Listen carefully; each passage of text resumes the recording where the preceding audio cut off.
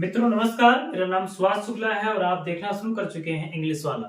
आपका स्वागत है और एक बार फिर से हम स्टार्ट करते हैं वॉइस के बारे में चर्चा करते हैं। आज वॉइस को खत्म करने का टाइम आ गया है, एक दो टॉपिक और बची है। ये शायद आखिरी वीडियो से लास्ट वाला वीडियो है, आखिरी की पहला वाला। इसके बाद एक और वीडियो शायद आपको वॉइस पे और मिलेगा। आज हम एक्सेप्शन की बात करने वाले हैं, इसके बाद जो बचे कुछ एक्सेप्शन है वो भी आपको बता दिए जाएंगे। आज हम बात करते हैं इन्फिनेटिव के बारे में। हम एक्सेप्शन में इन्फिनेटिव को कैसे चेंज करें, पैसिव ऑफ इन्फिनेटिव। इन्फिनेटिव को कैसे चेंज करें, इन्फिनेटिव के बारे में विस्तार से लेके आए हैं वीडियो। आसानी से आपको सारी बातें आजकल समझ में आने वाली हैं। जो आई थिंक वॉइस इंटरमीडिएट में आता है ट्रांसफॉर्म में, जो वॉइस हाई स्कूल में उच्च लेवल पे आता है, ये अगर आप कोई तैयारी कर रहे हैं तो वहां में इस तरह के प्रश्न पूछे जाते हैं। तो उससे संबंधित जो सारे सवाल हैं और सारे सवालों के जो जवाब हैं वो आपके सामने कुछ ही मिनटों में आने वाले हैं, तो आप देखना शुरू करिए आराम से। तो हम बात करने वाले हैं, लिखा हुआ है, पहले स्ट्रक्चर वर्क कर लेते हैं। एक्ट 2 में कैसा रहेगा, पहले सब्जेक्ट आएगा, फिर is, am, are, was, were, has, have, had, +2 लगा रहेगा, प्लस B1 रहेगा, प्लस ऑब्जेक्ट रहेगा। एक बात याद रहे, इतना लंबा मैंने लिखा है क्योंकि आप आसानी से समझ सकें, लेकिन और अगर और सरल से आपको और अच्छे से सीखना है तो मैं आपको बताऊं कि हो सकता है S plus it mean subject plus is to plus B1, was to plus B1, are to plus B1, am to plus B1, has to plus B1। याद है, इस तरह से होगा।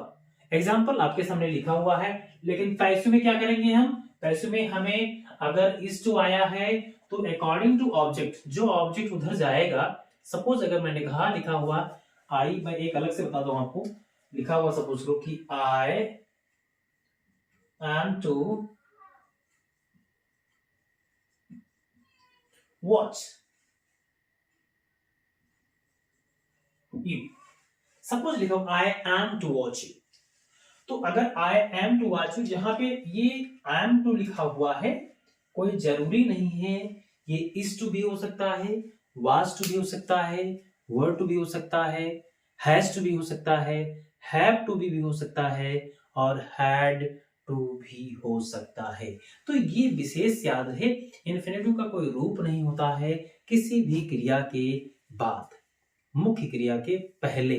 अगर किसी भी मुख्य क्रिया के पहले अगर आप टू का प्रयोग करते हैं तो वह उस वर्ब को इन्फिनेटिव बना देता है। तो हम बात करने वाले हैं, देखो लिखा हुआ है टू वॉच, क्या लिखा हुआ है, टू वॉच। तो टू वॉच क्या हो जाएगा आपका, इनफिनिटिव हो जाएगा। क्या हो जाएगा, इनफिनिटिव। ये याद है। इसका एक और नाम है नॉन फाइनाइट। क्या नाम है, नॉन फाइनाइट। इसमें कई सारी वर्ब आती हैं, कई सारी मॉडल्स आती हैं, जैसे इज टू हो गया, एम टू हो गया, वाज, आर टू हो गया, वाज टू हो गया, वर टू हो गया, हैज टू हो गया, हैव टू हो गया, है ना। तो हैड टू हो गया, ऐसे बहुत सारी verb, will be able to, shall be able to, बहुत सारी वर्ब है। पूरा बताना समूहिक वर्ब की टॉपिक है, जब वर्ब आएगा तो विस्तार से बता दिया जाएगा। जो आज है वो समझिए। तो अगर टू आ जाए तो करना क्या है, अगर टू वाली एक्टिव आ जाए, अगर एक्टिव के बाद में अगर टू आ गया है तो क्या करें, निराश नहीं होना, चाहे हैज टू हो, चाहे हैव टू हो, चाहे वाज टू हो, चाहे आर टू हो, चाहे एम टू हो, हमें क्या लगाना है, टू के बाद में वी लगाना है, प्लस जो वर्ब होगी उसको पास्ट पार्टिसिपल में लगा देना है, उसको वर्ब की थर्ड फॉर्म में लिख देना है और फिर लगाना है बाई, और प्लस जो भी उधर सब्जेक्ट होगा वो इधर आके ऑब्जेक्ट बन जाएगा। कहीं कहीं आपको एजेंट लिखा मिलेगा, जो एजेंट होगा, जो सब्जेक्ट होगा वो इधर आके जुड़ जाएगा। एग्जाम्पल के माध्यम से समझते हैं। लिखा हुआ I am to finish this work. तो I am to finish this work, आप जानते हैं एम टू आया है तो बहुत निराश नहीं होना है। क्या करना है, आपको देखना है कि ये आपका हो गया सब्जेक्ट, ये हो गया आपका वर्ब और ये हो गया आपका ऑब्जेक्ट। तो पहले क्या करना है, ऑब्जेक्ट को उठाना, सब्जेक्ट बनाना। पहला नियम याद करिए, तो हो जाएगा पहले आपका दिस, फिर हो जाएगा वर्क। ये जान पाए कैसे ऑब्जेक्ट को सब्जेक्ट में बदला गया। मैंने कहा था पहला नियम याद को सबसे पहले स्टार्ट किया था कि बाबू जब हम वॉइस बनाते हैं तो सबसे पहले हम ऑब्जेक्ट को सब्जेक्ट में बदलते हैं। दूसरा क्या हमको करना है, अगर इस टू एम टू आ गया है तो अब अकॉर्डिंग टू सब्जेक्ट अब आपका चेंज होगा वर्ब। तो यहाँ पे आई के साथ एम टू आया था, तो अब इस दिस वर्ब के साथ क्या हो जाएगा, इज टू हो जाएगा। क्या होगा, इज टू। अगर एक वचन है तो इज टू, बहुवचन है तो आर टू, अगर आई है तो आई एम टू। ये प्रेजेंट में इसके मॉडल्स है जो आपके सामने आ गए। तो ये काम हो गया। आप क्या लिखना है, जैसे ही आपने टू लगाया, जैसे ही आपने टू लगाया तो अब क्या लगना है आपको, बी लगाना है। क्या लगाना है आपको, बी लगा देना। तो हो गया this work is to be, right. आप क्या लिखना है, आपको थर्ड फॉर्म लिखना है। कौन सी थर्ड फॉर्म, जो उसमें आई है। तो फिनिश का थर्ड फॉर्म लिखना, तो क्या हो जाएगा, फिनिश्ड। क्या हो जाएगा, फिनिश्ड, ओके। और फिर हो जाएगा बाई, और आई आएगा इधर, सब्जेक्ट बनेगा, ऑब्जेक्ट क्या हो जाएगा, मी। तो इस तरह से आपका ही बन गया, ओके। शायद आपके समझ में आ चुका है, आप जान चुके हैं कि किस तरह से बनता है। तो ये आपके सामने बनके हो गया पूरा तैयार, ओके। कोई दिक्कत तो नहीं, नो प्रॉब्लम, शायद नो प्रॉब्लम। तो मैं एक बार इसको अच्छे से आपको बताने का प्रयास करता हूं। तो अगला वाक्य है they are to buy a TV, they are to buy TV. तो वही फार्मूला होगा, पहले क्या हो जाएगा फिर हो जाएगा टीवी, टीवी। अब यहाँ आर टू आया था क्योंकि यहाँ पे दे था, यहाँ ए टीवी हो गया है, तो क्या हो जाएगा इज, तो हो जाएगा इज टू। इज टू के बाद में क्या आएगा, मैंने कहा बी आएगा। तो आ टीवी इज टू बी। अब क्या हो जाएगा, बॉट। क्या हो जाएगा, बॉट, बॉट बाई। बाई क्या होगा, दे है तो क्या हो जाएगा, इधर हो जाएगा आपका देम। तो जान पाए कैसे हुआ, हम ए टीवी को उधर ले गए, ऑब्जेक्ट बना दिया। ऑब्जेक्ट के साथ में जब हमारा एक जब सिंगुलर सब्जेक्ट हुआ तो हमने इज टू का प्रयोग किया, और फिर बी आप जानते हैं, मैंने कहा टू के बाद में क्या लगाएंगे, टू बी कर देंगे उसको, और फिर वर्ब की थर्ड फॉर्म लगाएंगे। बाई का थर्ड होता है बॉट, और बाई देम कर दिया। अगला है he was to sell this fridge.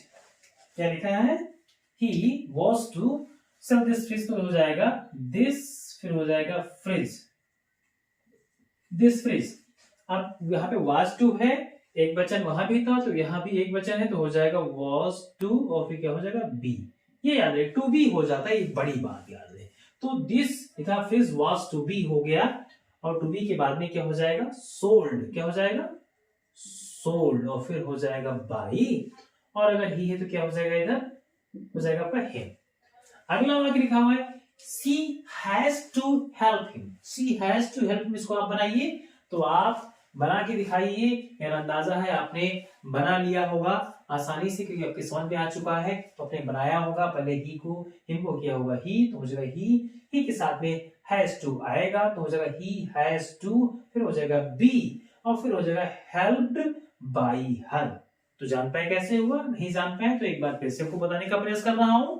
लिखा हुआ the students have to write these notes, तो हो जाएगा these notes have to be written by students.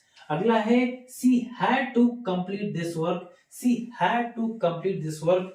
लिख के बता दूं आसानी से, खैर आप जान जाएंगे। तो हो जाएगा दिस, फिर हो जाएगा वर्क, दिस वर्क। अब वहां पे आया था हैड टू, तो आप जानते हैं हैड टू को हैड टू ही कर देंगे, तो हो जाएगा हैड टू, इसके बाद क्या लगाएंगे, बी। तो this work had to be, फिर क्या हो जाएगा, कंप्लीटेड। क्या हो जाएगा, कंप्लीटेड, और फिर हो जाएगा बाई, और सी है तो क्या हो जाएगा, इधर हो जाएगा आपका हर। तो शायद आप ये वाला पहला जो स्टेप है आज एक्सेप्शन का, जो इन्फिनेटिव का जो पहला स्टेप है, वो आप आसानी से जान पाए हैं। नहीं जान पाए हैं तो कमेंट बॉक्स में लिखें कि क्या दिक्कत आ रही समझने में, कहां प्रॉब्लम आखिर है, आखिर क्या ऐसा किया जाए कि आप और आसानी से सरलतम रूप में समझ सके।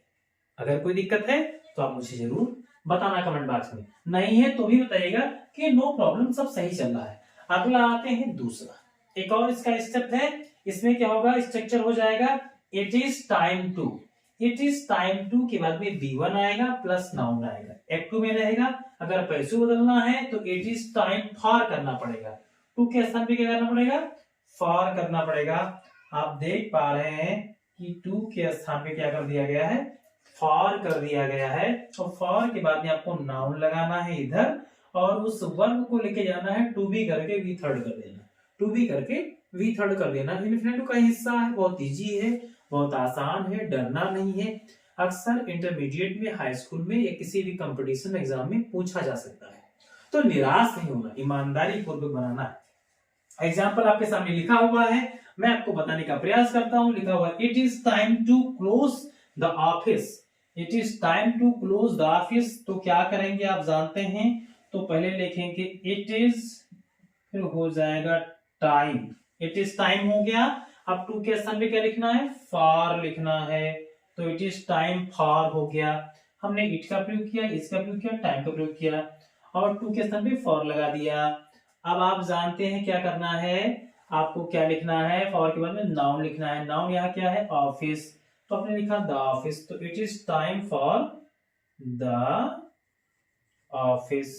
इतना हो गया, ऑफिस हो गया। फिर क्या लिखना, टू बी लगाना है। तो आप मान लीजिए उस टू को यहाँ उठा लाए, तो टू कर दिया, वी कर दिया। तो it is time for the office to be. अब जो वर्ब है उसका लिखना है थर्ड। तो वर्ब क्या था, क्लोज। तो क्या हो जाएगा यहाँ पे भाई साहब, क्लोज्ड, राइट। तो क्या हो जाएगा, क्लोज्ड। अगर आपके समझ में नहीं आया है तो मैं एक एग्जांपल और बताने का प्रयास करता हूं। It is time to stop the writing. It is time to stop the writing. तो क्या हो जाएगा, इट इज टाइम, फिर क्या हो जाएगा, फॉर द राइटिंग। क्या हो जाएगा, फॉर द राइटिंग।